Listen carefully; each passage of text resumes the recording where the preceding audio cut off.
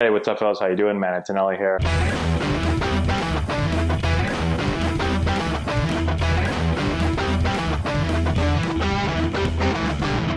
Hey, what's going on, guys? How we doing? Man, Antonelli here. Today, answering your questions. You guys have been sending in questions to our YouTube channel and our Instagram page, and we're going to pick someone out today to answer their question, and that person is BS.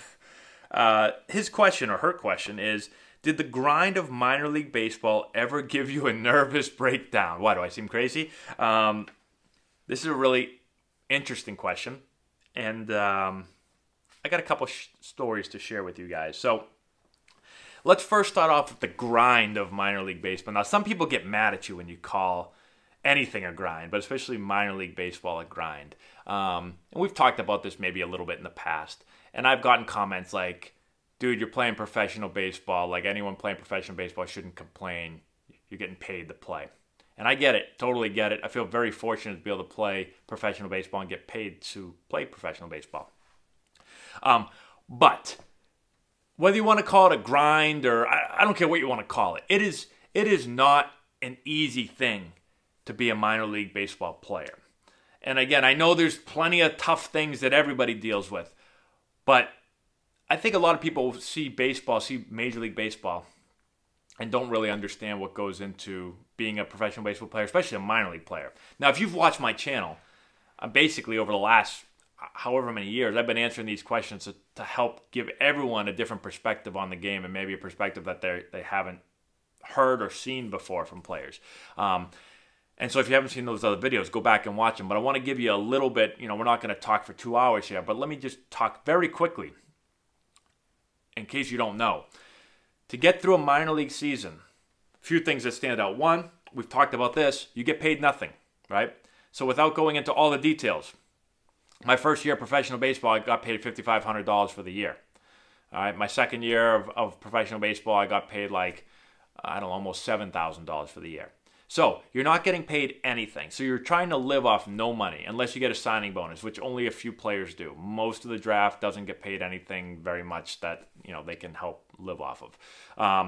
And so you're getting paid no money, and so you're one, you're eating crap. Two, you're living like crap because you can't really do anything. You're basically paying to play baseball. Okay, now baseball's fun, so it could be worse.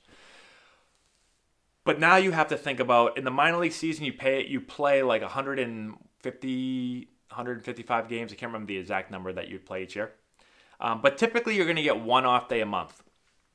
And so you're going to play April, May, June, July, and August, 5 months, and you're going to get probably about 5 days off, plus the All-Star break of like 3 days or something. So you're going to get like 8 days off in 5 months. It doesn't seem that bad, but it's a lot of baseball.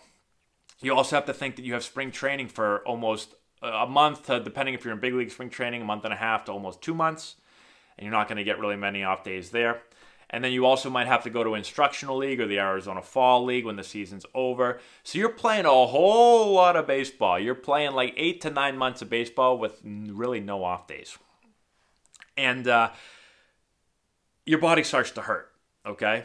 So you have to get used to playing hurt, or with bumps and bruises, and sometimes with injuries that you're trying to play through. Because sometimes if you don't play, someone's going to play instead of you. And if that happens, you might lose your job altogether, right? So players try to get in the lineup. They try to continue to play. Sometimes I used to feel like the minor leagues was built in a way to beat the ever-living you-know-what out of you, to see if you had what it takes. It was almost like initiation, to see if you really had what it takes to move up and play in the big leagues. That's what it felt like. So you play beat up a lot. Your body hurts, your arm kills, everything ends up hurting really, really badly. All right?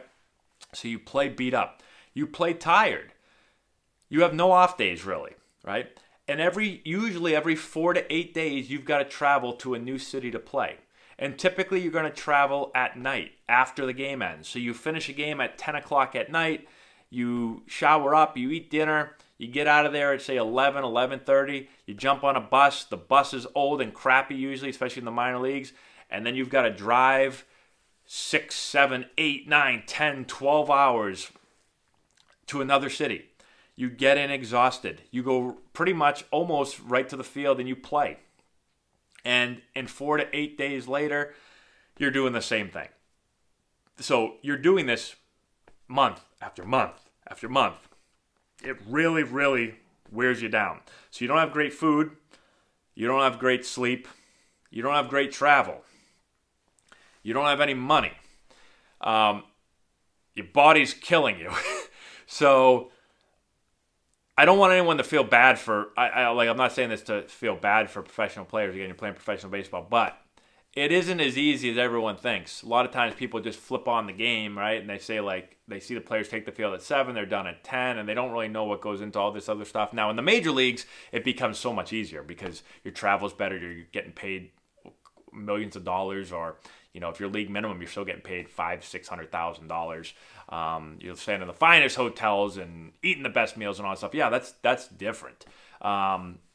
But the minor leagues is a totally different animal. It is really, really tough, and it is a grind. If you haven't played minor league baseball, it's really hard to understand what it's like. I played baseball my whole life, and I never, ever, ever, ever, ever thought minor league baseball was going to be what it was. Like, it was just totally different. I remember I got there and I was like, what the hell is this place? Like, the field wasn't what I thought. I walked in the clubhouse in Eugene, Oregon. I was like, this is the freaking clubhouse? Like, what the hell is this? Like, it was, for lack of a better term, disgusting. It was gross. I was like, there's no way. Like, I saw our team bus. I was like, this is the team bus? Like, the thing broke down every 2 trips. The AC didn't work half the time. Like, so I'm just like, oh my God, this is, and I get paid what? I get paid $1,100 a month before taxes, before I pay for my hotel that I had to stay at and my clubhouse dues. Like, everything was just totally different than what I thought. I thought the biggest thing the first year of professional baseball was you learn how to play while basically being asleep. That's what it felt like.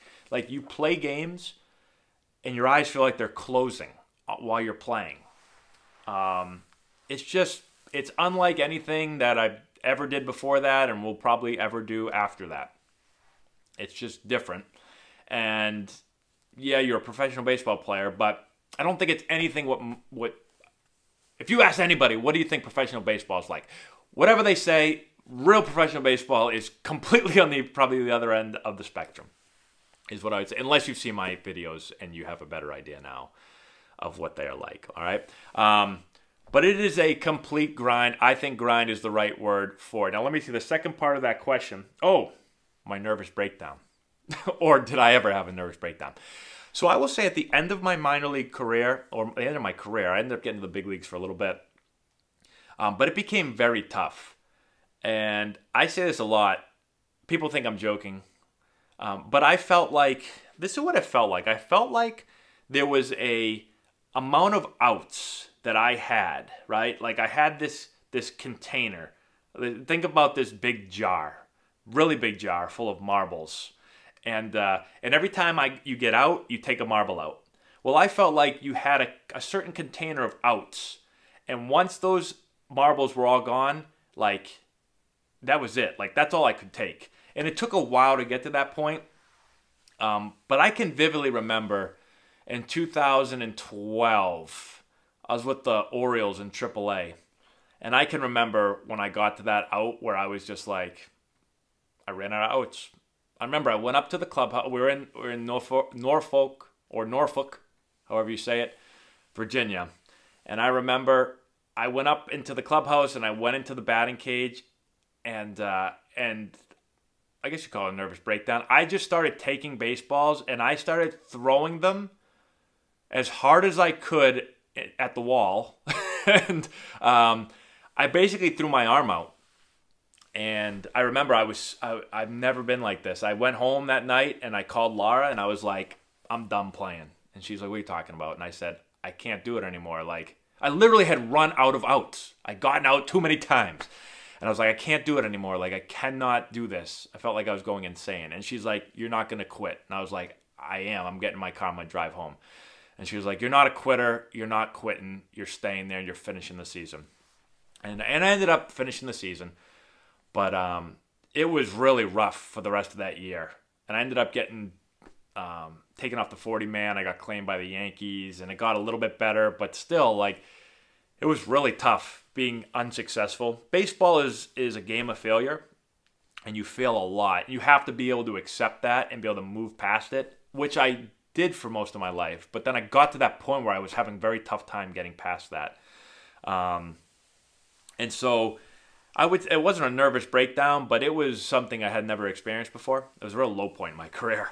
And then when I got released by the Yankees at the end of that year, I remember I had like physically, I had these weird things happening to me. I think it was probably stress related or just fear of the unknown, I think. Not knowing, am I going to play baseball anymore? Am I going to go into the real world? What am I going to do?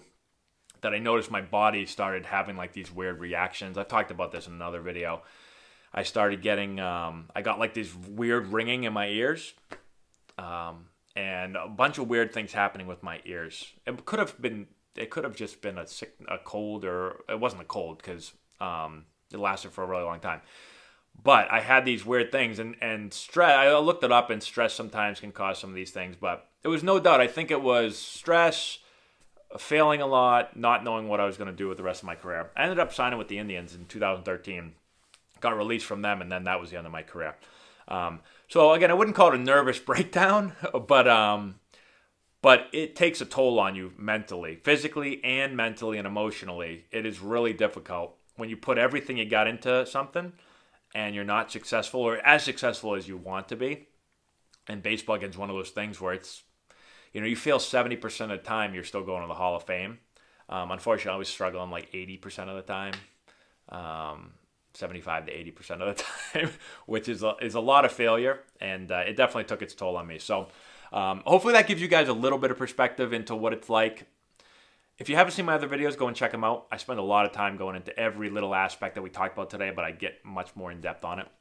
Just go to our question and answer playlist and you'll be able to see all those. But hopefully this helps you guys out. And that's all we got. Thanks for watching. I appreciate it, and we'll talk to you later.